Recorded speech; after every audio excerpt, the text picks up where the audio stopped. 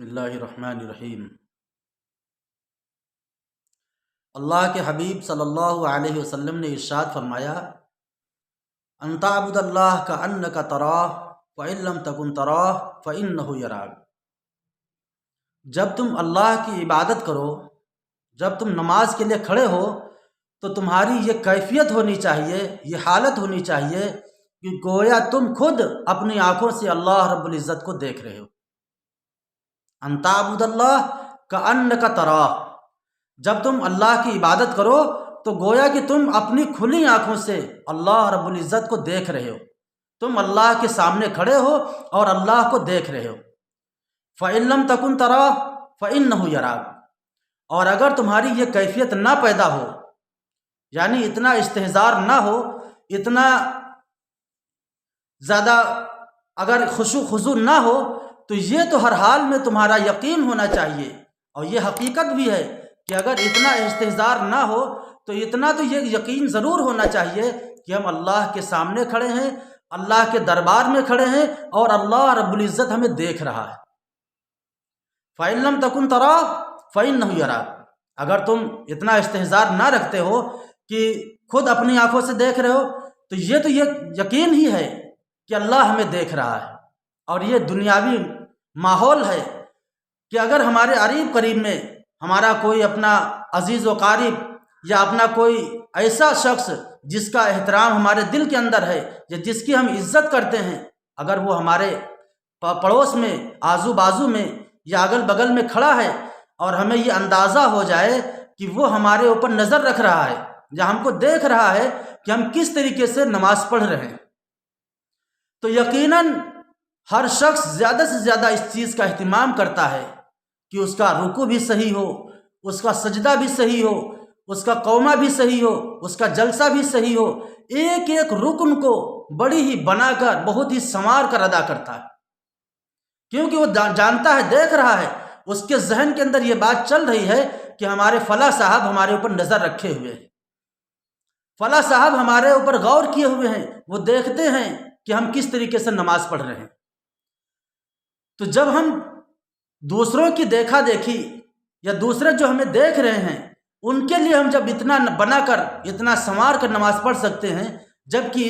اس کی کوئی حقیقت نہیں،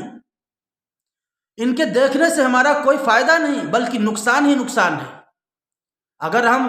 دوسروں کو دکھانے کے لیے نماز کو مزین کر کے، نماز کو بنا سنوا کر پیش کر رہے ہیں اور پڑھ رہے ہیں تو یہ ہمارے لیے ایک قسم کا وبال بن رہا۔ اس کو ایک موقع پر شرک خفی میں سے فرمایا گیا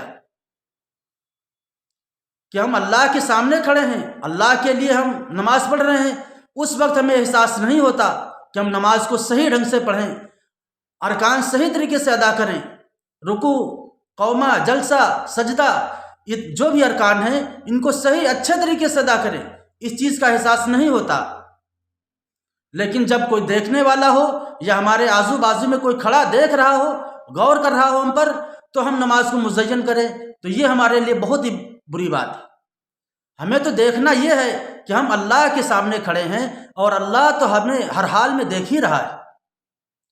اور سب سے بہتر کیفیت تو یہ ہے، اتنا زیادہ ہم نماز کے اندر منہمک ہو جائیں، اتنا زیادہ ہم نماز کے اندر غرق ہو جائیں اور اتنے خشوع خضوع کے ساتھ نماز پڑھیں کہ ہماری یہ کیفیت پیدا ہو جائے کہ ہم خود اللہ رب العزت کو اپنی آنکھوں سے دیکھ رہے ہیں۔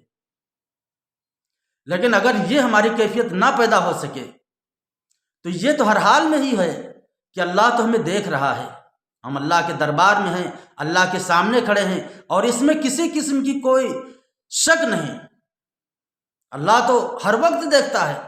ایک ایک لمحہ، ایک ایک سیکنڈ اللہ تعالیٰ کی نظر ہمارے اوپر ہے، کوئی بھی لمحہ ہم اللہ کی نظر سے بچ نہیں سکتے۔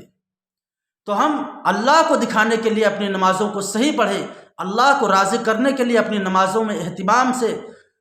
رکن کی ادائیگی کریں، صحیح طریقے سے رکوع کا اہتمام کریں، صحیح طریقے سے سجدہ ادا کریں۔ اس طریقے سے جب ہم نماز کے ارکان کو صحیح طریقے سے ادا کریں گے اور صرف اللہ کو راضی کرنے کے لیے، اللہ کو دکھلانے کے لیے، تو اللہ راضی ہوگا، تب اللہ خوش ہوگا اور تب ہماری نمازوں پر اللہ تعالیٰ ہمیں اجر و ثواب عطا فرمائے گا۔